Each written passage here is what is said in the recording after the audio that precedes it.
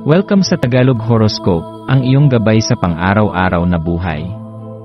Hatid namin ang pinakadetalyadong horoscope na magsisilbing gabay mo sa pera, trabaho, pag-ibig, kalusugan, at swerte. Naway magtagumpay sa buhay ang lahat ng ating tagapakinig at subscribers sa buong mundo. Maraming salamat sa pag-subscribe at tanggapin ang siksik, liglig, at umaapaw na biyayang hatid ng Tagalog Horoscope. Ito ang iyong pang-araw-araw na horoscope para sa Pisces, para sa ika-11 ng Marso, 2025. Ngayong araw, ang enerhiya sa iyong paligid ay nag-aanyaya ng malalim na pagninilay. Bilang isang Pisces, likas kang may dalisay at mapayapang aura, isang ilaw na nagiging gabay para sa iba sa gitna ng emosyonal na daluyong ng buhay. Ang iyong likas na habag at pangunawa ay nagbibigay ng kapanatagan sa mga taong lumalapit sa iyo. Ngunit may mga pagkakataon din na masyado kang nagiging abala sa pangangalaga sa iba kaya't nakakalimutan mong alagaan ang iyong sarili. Mahalagang alalahanin na kahit ikaw ay may kakayahang magdala ng kapayapaan sa iba, ikaw rin ay may pangangailangan ng pagpapahinga at emosyonal na muling pagbuo. Hindi mo kailangang palaging maging sandigan ng iba, dahil ikaw mismo ay may sariling pangangailangan na dapat bigyang pansin. Ang pagbibigay ng oras para sa sarili ay hindi isang luho kundi isang pangangailangan upang mapanatili ang iyong balanse at lakas. Habang ikaw ay nagmumuni-muni sa araw na ito, pagtuunan mo ng pansin kung paano nakakaapekto ang iyong mga iniisip at damdamin sa iyong pang-araw-araw na kilos. Kapag ang iyong isipan ay puno ng alalahanin, maaari itong maging hadlang upang maramdaman mo ang tunay na kapanatagan. Ang pagiging Pisces ay nangangahulugan ng malalim na koneksyon sa emosyon, ngunit tandaan na hindi mo kailangang lunurin ang iyong sarili sa mga ito. Maaari mong gamitin ang iyong likas na kakayahan upang baguhin ang pananaw mo sa mga sitwasyon, imbis na mag-focus sa kung ano ang wala, pagtuunan ang kung ano ang mayroon ka. Ang pagninilay at pagmumuni-muni ay maaaring makatulong upang mas maunawaan mo ang iyong damdamin at matutong iayon ang iyong isipan sa positibong direksyon.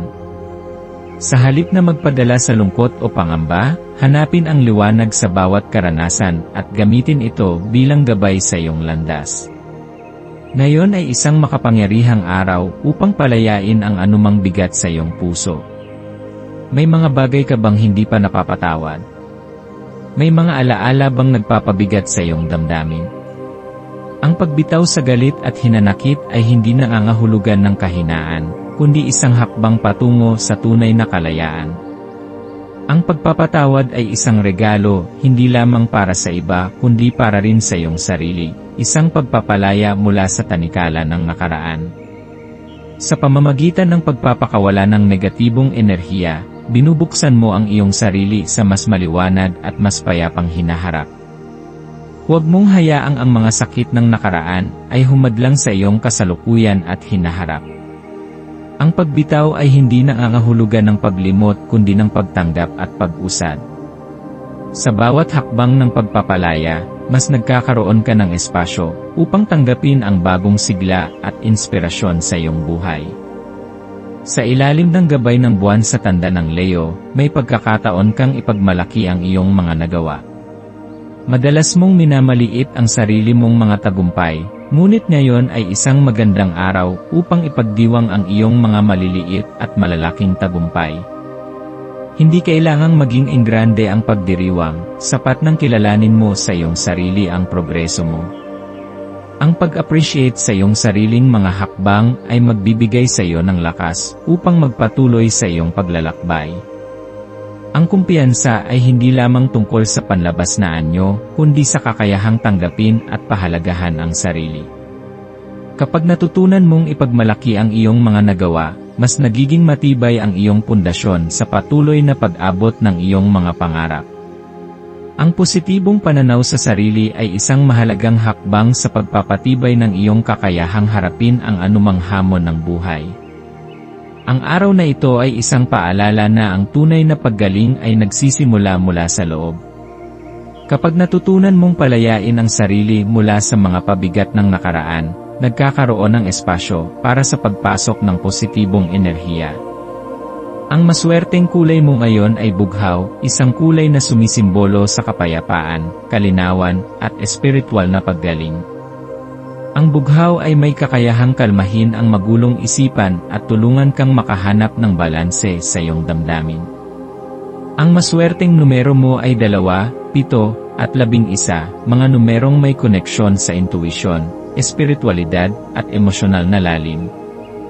Ang bughaw ay nagdadala rin ng inspirasyon upang mapanatili ang iyong pagiging bukas sa bagong kaalaman at mas malalim na pag-unawa sa iyong sarili. Upang mas mapalakas ang iyong positibong enerhiya, subukan ang isang maswerteng gawain tulad ng pagsusulat sa isang journal ng iyong nararamdaman o pagmumuni-muni sa isang tahimik na lugar. Maaari mo ring subukan ang isang aktibidad na nagbibigay ng aliw sa iyong puso, tulad ng pakikinig sa musika, pagguhit, o kahit simpleng paglalakad sa isang lugar na puno ng kalikasan. Sa pamamagitan ng simpleng mga gawain ito, maaari mong maramdaman ang mas mataas na antas ng kapanatagan at kasiyahan.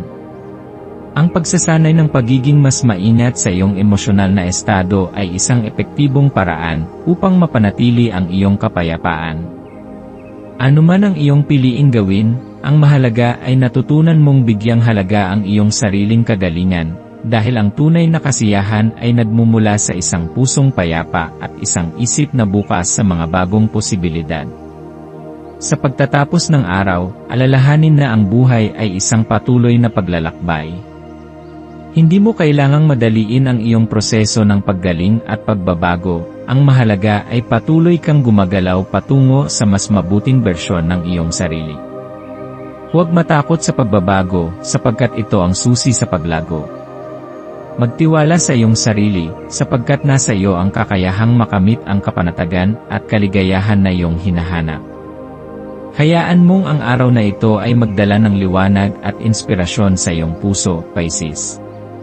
Ikaw ay isang individual na puno ng pagmamahal at pag-unawa, at ngayon ay isang paalala na dapat mo ring ibigay sa iyong sarili ang parehong kabaitan na ibinibigay mo sa iba.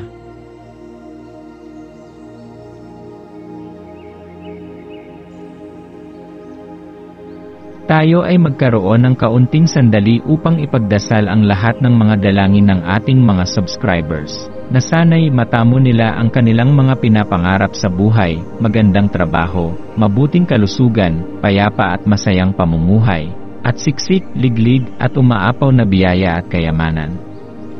Ipinagdarasal namin ng mataimtim ang lahat ng mga komento sa nakaraang video, at hinihiling namin, Panginoon, na pagpalain mo ang ating mga subscribers ng masayang buhay sa mundong ibabaw.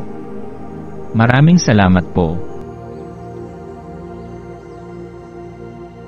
Maaari kayong mag-subscribe sa aming channel na Daily Prayer, kung saan nag-a-upload kami ng pang-araw-araw na Catholic Gospel Readings, Reflections, at Daily Rosary Reading para sa lahat ng misteryo ng araw. Tulungan ninyo kaming buuin ang community na ito at mag-subscribe na. Ang link ay nasa description box. Maraming salamat sa panonood ng iyong horoscope ngayon araw. Naway gabayan ka ng mga bituin sa iyong landas. Huwag kalimutang mag-like, share, at subscribe para sa iba pang cosmic na kaalaman. Hanggang sa muli, manatiling konektado sa universo.